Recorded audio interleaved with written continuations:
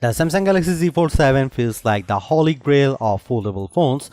It's super thin and light, so it feels like a regular phone in your pocket. And yet, the new Fold packs a bigger 8-inch display when opened. Samsung also upgraded the camera system, including a 200 megapixel main shooter and an ultra-wide camera that takes much better macros. And having Gemini Live always at the ready is a game changer. The $2000 price is super expensive and Samsung ditched the S Pen, but overall, this is the best foldable money can't buy. It's pretty rare that I am so excited by a foldable phone that I am tempted to buy it.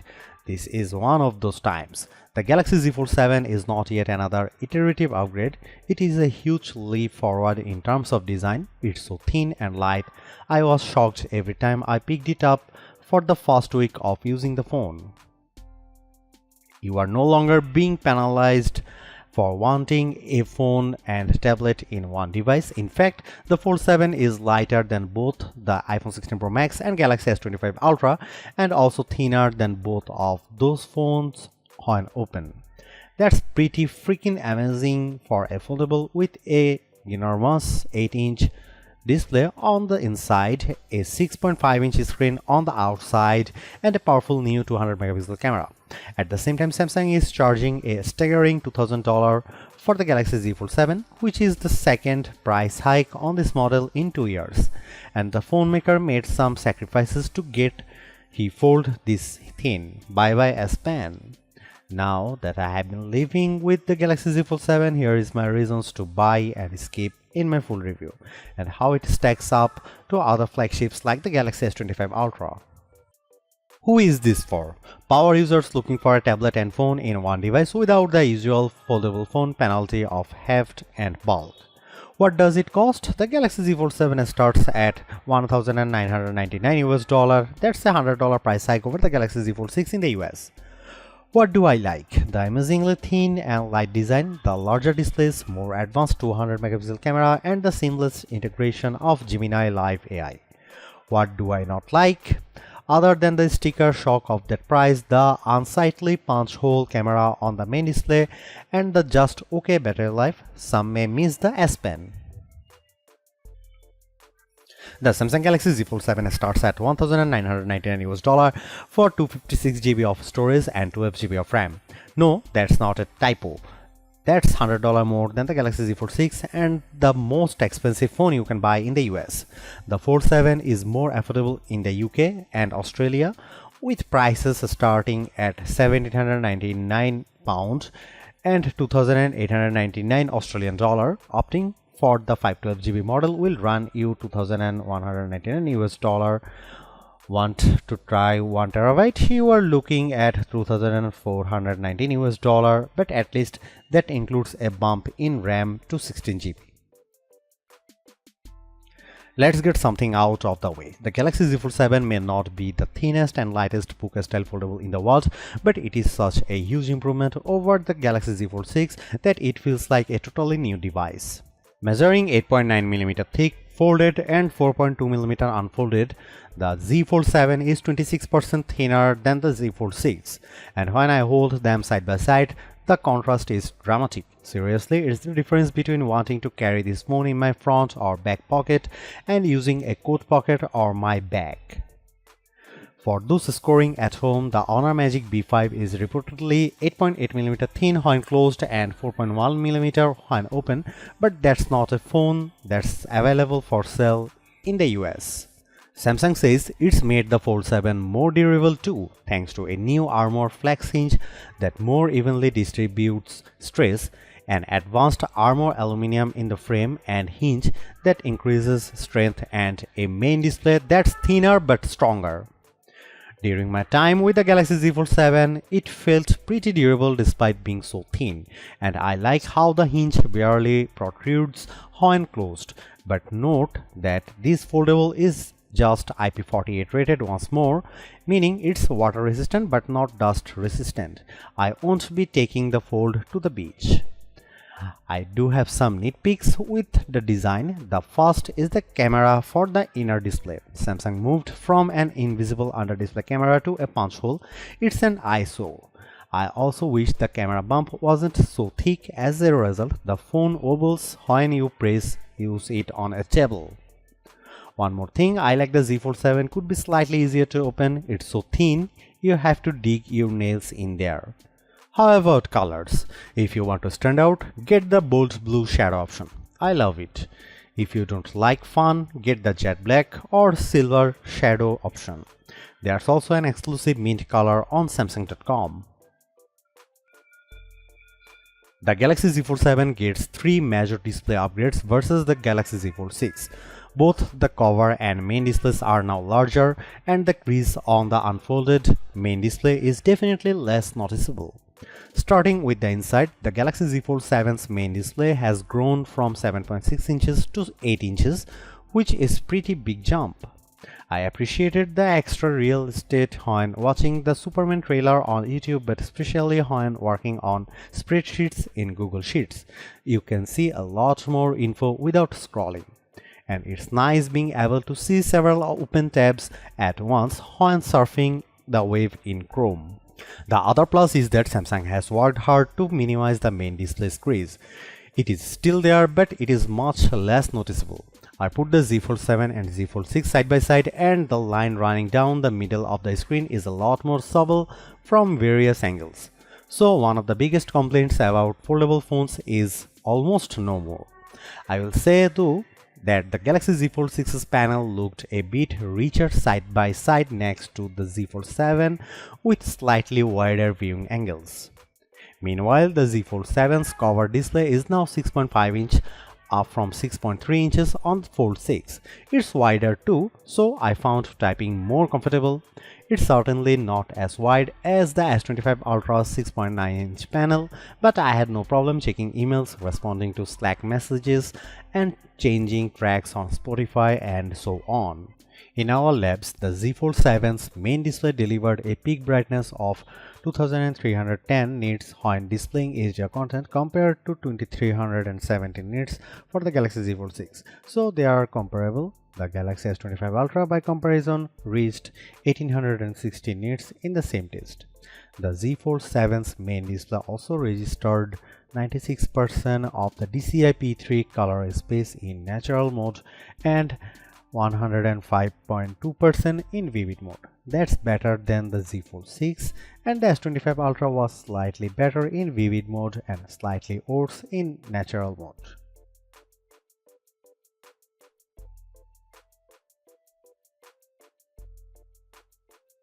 The large camera lamp on the back holds the 200 megapixel main, 12 megapixel ultra wide, and 10 megapixel 3x telephoto cameras.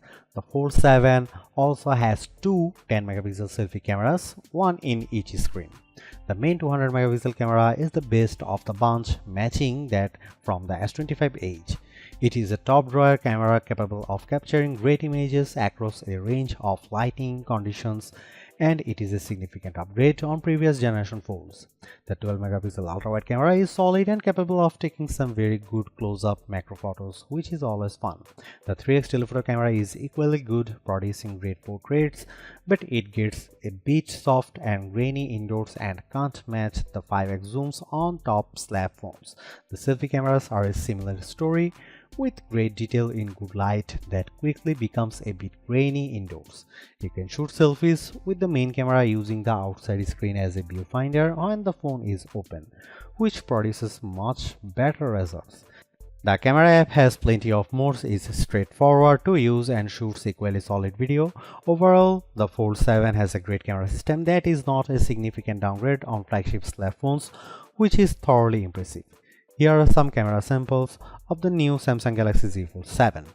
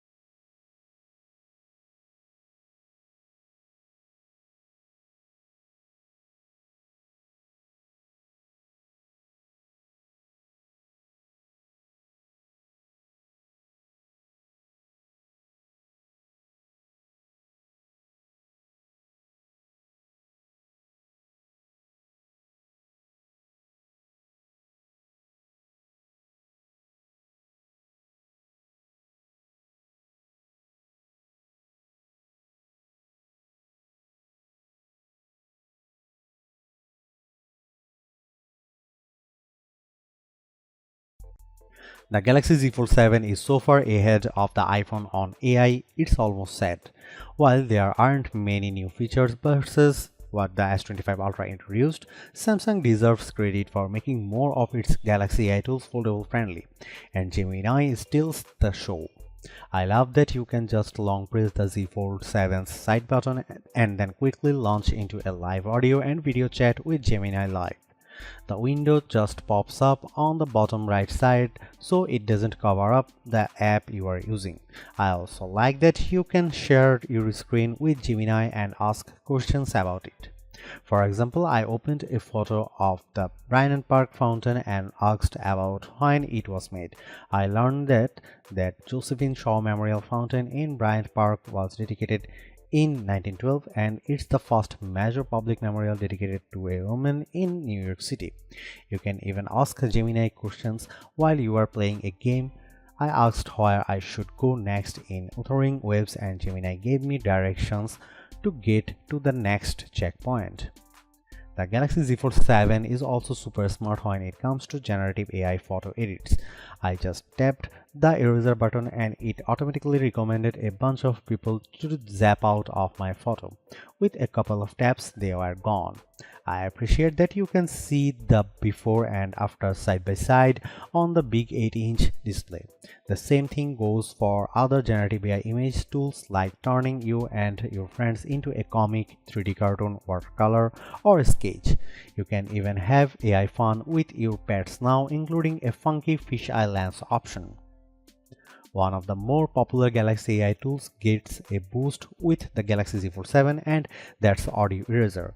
You can now remove background noise not just from the video recordings in the Gallery app but also in voice recorder, notes, and call transcripts. In one video, I could easily remove unwanted voices in the background in auto mode, and then I could fine-tune from there for the exact desired result. It took me playing only a few minutes of Wuthering Waves on the Galaxy Z Fold 7 to know this is a powerhouse phone. The graphics look stunning and the frame rate stayed super smooth as I battled a ginormous monster and ran for my life. I could easily run 3 apps at once using the multi-window features such as Slack, Gallery, and Spotify. And it's neat that you can drag and drop images from one window to another. On Geekbench, which measures CPU performance, the Galaxy Z Fold 7 Snapdragon 8 Elite chip paired with 12GB of RAM notched 3052 on the single core portion of the Geekbench test and 9735 on multi-core. That's about the same as the Galaxy S25 Ultra. The results were similar on our video transcoding test using Adobe Premiere Rush, taking 52 seconds to transcode a 4K video to 1080p. Strangely, last year's Fold 6 finishes in a quicker 40 seconds. The iPhone 16 Pro Max was way faster than them all. However, the iPhone lags the Fold 7 on the 3D Mark graphics test. The Foldable reached 41 frames per second on the demanding Solar Bay Unlimited portion of the test compared to just 28 FPS for the iPhone 16 Pro Max.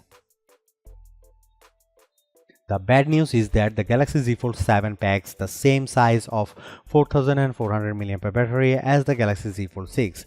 This at a time when Chinese phone makers like Honor and Oppo are rolling out higher capacity silicon carbon batteries. For example, the Honor Magic B5 packs a 6100 mAh battery using the new technology, and the Oppo Find N5 offers a 5600 mAh cell. Samsung has told us that it is investigating silicon carbon batteries, but for now it is prioritizing safety. On our battery test, the Galaxy Z Fold 7 lasted a somewhat mediocre 10 hours and 55 minutes when surfing the web over 5G. Compare that to 10 hours and 25 minutes for the Galaxy Z Fold 6. The Galaxy S25 Ultra and iPhone 16 Pro Max both lasted over 17 hours or 6 hours longer than the new Fold. Alas, the charging picture isn't much prettier. The Galaxy Z Fold 7 supports relatively slow 25-watt charging. That means you get a 54% charge in our testing in 30 minutes. The S25 Ultra's 45-watt charger got to 71% in the same amount of time. Meanwhile, the above Honor and Oppo phones boast 80-watt charging, but we haven't measured their charging speed yet. The Galaxy Z Fold runs Samsung's One UI 8 software on top of Android 16, and there are some notable upgrades for foldable fans. As mentioned above, Gemini Live is now enhanced with multimodal AI, which means it can process information from your voice and what the camera sees in real time, as well as what's on your screen.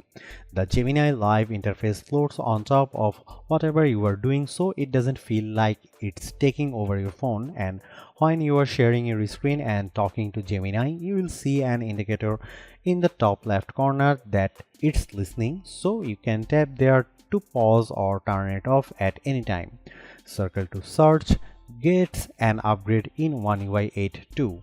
You can use Circle to Search when playing a game and get instant tips or find out more about characters or enemies. Another AI perk is that you can now drag and drop AI created content from one window to another when using the multi-window feature, including images. Thanks to its larger screen, there is a revamped studio video editor in the gallery that lets you edit videos almost like on a computer. What makes it unique is how it's laid out, along with the ability to layer tracks much like on professional video editors. For creators, it's a helpful tool that offers on-device editing to save you time. This is exclusive to the Galaxy Z Fold 7 for now, as the Z Flip 7 doesn't have it. As for Android 16 features, some of the biggest highlights include live updates for rideshare and food delivery apps. Another welcome upgrade is grouping notifications from a single app for reducing clutter on your lock screen. As with the Samsung flagships, the Galaxy Z Fold 7 comes with 7 years of OS and security updates. However, it only comes with 6 months of free Gemini Advanced, whereas Google Pixel 9 phones get a full year. Samsung has done it. They have won over a foldable phone skeptic with a design that just feels right. The Galaxy Z Fold 7 is a trump of engineering, packing larger displays in a design that's so thin and light you forget that you are carrying a foldable around. You get two vibrant screens in one device, awesome multitasking power, and a flagship-grade camera system. And the AI features really shine on this bigger canvas, especially Gemini Live screen sharing. So what's the problem? The $2000 price is super steep, and I wish Samsung found a way to pack in a larger battery. I personally can live without the S Pen, though creatively inclined users may be peeved, and I really don't mind the punch hole camera. The megapixel upgrade makes up for it.